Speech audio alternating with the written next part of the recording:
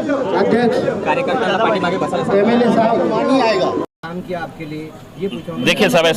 ऐसा कहीं पर भी कोई हमारे को कोई ना मदद के लिए ना किसी ने हमारे को ये एहसान जताने के लिए कि साहब आपकी वजह से आपने यहाँ पर उम्मीदवार नहीं खड़े थे।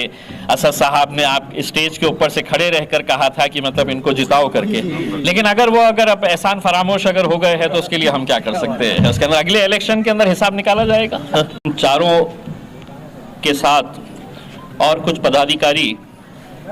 आज सीधा दिल्ली से हम मुंबई पहुंचे और एयरपोर्ट से ही डायरेक्टर जनरल ऑफ पुलिस इनके दफ्तर पहुंचे। हम पूरे कागजात के साथ वहां पर गए और डीजी साहब को इस बात से वाकिफ कराया कि किस तरह से लगातार भिवंडी के कुछ पुलिस ऑफिसर्स, हमने साफ शब्दों में यह कहा है कि हम पूरे पुलिस डिपार्टमेंट के बारे में नहीं कह रहे, लेकिन कुछ पुलिस वालों की जो हरकतें हैं वो यकीनन पूरी तरह से ये साबित करती है कि ये किसी न किसी राजनीतिक दबाव के अंदर, किसी न किसी के इशारों के ऊपर ये जो लगातार केसेस खालिद गुड्डू के ऊपर लादे जा रहे हैं। अब उसके लिए किसी एक्सपर्ट की ज़रूरत नहीं है, एक आम आदमी भी समझ सकता है कि एक केस के अंदर बेल होती है, दूसरे केस में बेल होती है, जैसे ही उनका बाहर आने की बात होती है तो एक नया केस उनके ऊपर चढ़ाया जाता है। हमने ये पूरी बातें डीजी साहब के सामने हमने रखी और उनसे हमने यह अनुरोध किया, उनसे रिक्वेस्ट की हमने कि आप एक इम्पार्शियल इन्वेस्टिगेशन करवाएं, आप देखें कि कैसे कैसे केसेस उनके ऊपर लगाए गए हैं। उनको ये जानकारी दी गई थी कि खालिद गुड्डू के ऊपर पहले बहुत सारे केसेस थे। हम भी मानते हैं, मैं जब राजनीति के अंदर आया 2014 के अंदर तो एक सादा सा केस भी नहीं था, लेकिन आपके पॉलिटिकल लाइफ के अंदर बहुत सारे केसेस होते हैं। मेरे ऊपर भी आज 8 केसेस है। कहीं कोई शराब की दुकान बंद करवाने का केस है, कहीं कोई रास्ते बंद है तो उसके लिए आंदोलन करने का।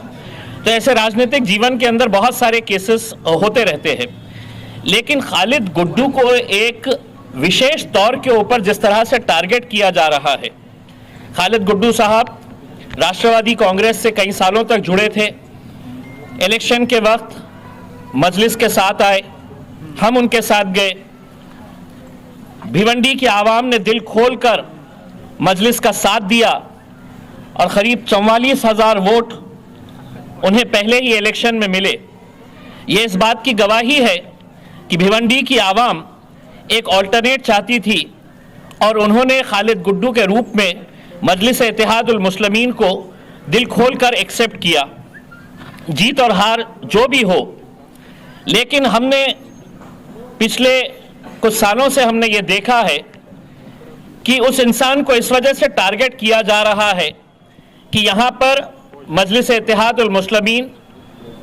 दिन ब दिन मजबूत होती जा रही है। वो एस्टैब्लिश राजनीतिक पार्टियां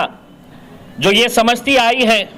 कि ये जो जितने भी लोग हैं इनका वोट हमारी जागीर है, तो कहीं ना कहीं इनको खतरा सताने लगा। तो सबसे मजबूत खिलाड़ी कौन है, तो उसी को कमज़ोर कर दो, और उसी के इरादे से ये इनके ऊपर लगातार केसेस किए जा रहे हैं। एक आखिरी का जो केस किया गया है, वो केस अगर हम देखें तो मेरे हिसाब से राजनीति के अंदर ये एक ऐसा हथियार है जिसका कभी भी कहीं पर भी जो भी सत्ता में बैठी सरकार है वो इसका इस्तेमाल कर सकती है। ये केस इन्वेस्टिगेशन का है। हम जिन्होंने कंप्लेन फाइल किए हैं उस महिला के बारे में हम ज्यादा नहीं बताएंगे, लेकिन 2 साल के बाद अगर कोई एक ऐसा केस करते हैं, हमने जितने फोटोग्राफ्स थे उस महिला के जिसने कंप्लेन रजिस्टर करी थी, पुलिस डिपार्टमेंट के अधिकारियों के साथ जितने फोटोज थे उनके बर्थडे के, उनको गुलदस्ता देते हुए, उनको फूल देते हुए, ये सब हमने डीजी साहब की आंखों में लाए हैं, उनको हमने सबमिट किए हैं और हमने उनको ये बताया है कि अगर इसी तरह से अगर सत्ता में बैठी सरकारें, अगर विपक्ष के नेताओं को इसी तरह से झांसे में डालकर फंसाने की कोशिश करेगी, सत्ता का दुरुपयोग करेगी, तो हो सकता है कि कल हम में से कोई भी राजनीति के अंदर खड़े ही नहीं रह सकेगा। 2 साल 3 साल के बाद कोई आएगा और कहेगा कि नहीं, इम्तियाज जलील ने ऐसा किया है, वारिस पठान ने ऐसा किया है, फैयाज साहब ने ऐसा किया है। कहीं ना कहीं इन्वेस्टिगेशन होना चाहिए, कानून है, और हम उस कानून के बारे में लोकसभा के अंदर भी अब ये आवाज़ उठाएंगे कि महिलाओं के ताल्लुक से यकीनन कानून सख्त होना चाहिए। लेकिन इसका मतलब ये नहीं है कि कोई महिला पुलिस स्टेशन में जाती है और फौरन इनको अरेस्ट कर लिया जाता है। कुछ ना कुछ तो इन्वेस्टिगेशन करने की जिम्मेदारी पुलिस वालों की होनी चाहिए या नहीं होनी चाहिए। ये यहाँ पर अंधा कानून चल रहा है कि आएंगे, कोई रजिस्टर कर देगा केस और पुलिस वाले उठाकर लेकर जाएंगे। हमने इससे पहले जब हम आए थे, यहाँ के पुलिस कमिश्नर साहब से हमने मुलाकात की,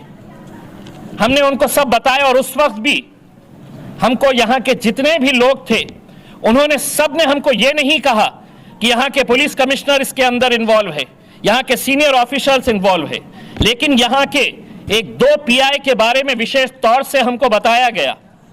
एक राउत, क्या नाम है, एक शीतल राउत नाम के पीआई अब वर्दी पहन लिए है, तो इसका मतलब ये नहीं है कि मैं अब इस इलाके का राजा हूं और मैं कुछ भी कर सकता हूं। क्राइम ब्रांच में थे तो जितने केसेस खालिद गुड्डू के ऊपर हुए हमने पूरा ब्यौरा निकाला, तो क्राइम ब्रांच के अंदर जब थे तो पूरे केसेस क्राइम ब्रांच के जरिए ये साहब करवाते थे। फिर ये साहब का ट्रांसफर हो गया है, आज 6-6.5 साल से यहीं पर है। आज किस पुलिस स्टेशन के अंदर है? शांतिनगर पुलिस स्टेशन के सीनियर पीआई है, पीआई है, एसीपी है, डीसीपी है। सबको कानून के तहत काम करना है, सबको एक दायरे के अंदर आपको यह साबित करना है कि साहब ये अगर दोषी है तो हम भी कहीं पर भी किसी सूरत के अंदर हम किसी का समर्थन नहीं करेंगे अगर कोई दोषी है सही तरीके से। लेकिन अब हमको भी यह समझ में आ रहा है कि किन के इशारों के ऊपर यह काम किया जा रहा है, और हमने साफ तौर के ऊपर हमने ये मामला पूरा डीजी साहब को बताया है, जो additional DG law and order Maharashtra के हैं राजेंद्र सिंह साहब, हमने उनसे मुलाकात की, उनको पूरी डिटेल्स बताए, और हमने कहा कि अगर विशेष तौर से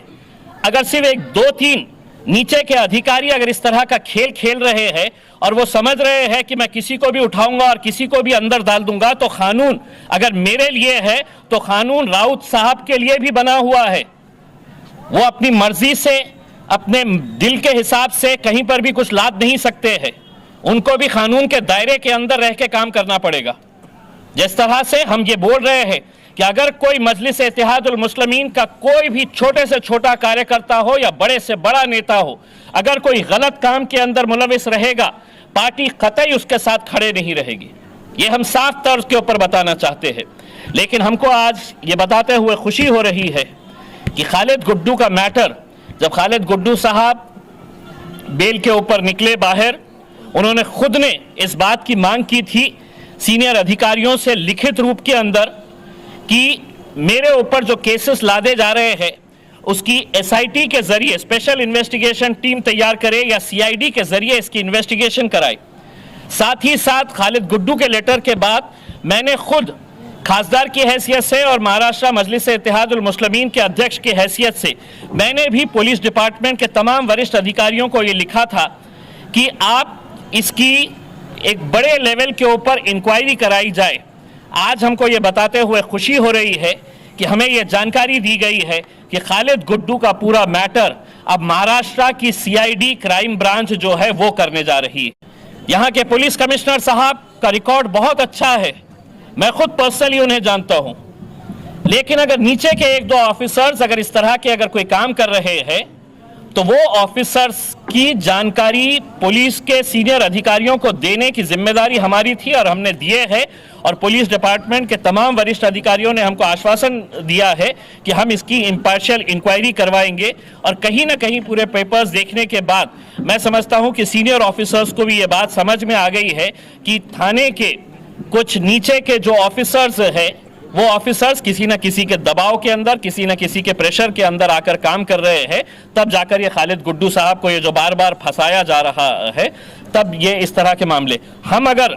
ये इंक्वायरी से अगर हम संतुष्ट नहीं रहे तो हम अदालत के अंदर जाएंगे। हम ये मामले को सुप्रीम कोर्ट तक लेके जाएंगे और वो पुलिस वाले जो अपने वर्दी का दुरुपयोग कर रहे हैं, जो अपने वर्दी की दादागिरी बताकर ज्यादती कर रहे, जो नौजवान बच्चों को यहाँ पर अलग अलग मामलों के अंदर फंसाया गया, मैंने खुद ने डीजी साहब को आज ये बात कही कि कल अगर आप किसी केस के अंदर अरेस्ट करेंगे तो हो सकता है कि मेरे चाहने वाले 5-25 लोग वो भी अपनी नाराजगी का इजहार करेंगे, लेकिन जिन बच्चों के ऊपर ये केसेस लगाए गए थे वो इस तरह से भागते फिर रहे थे और इस तरह से उनके ऊपर दबाव डाला जा रहा था मानो उन्होंने कौन सा हत्या का गुनाह कर दिए है करके।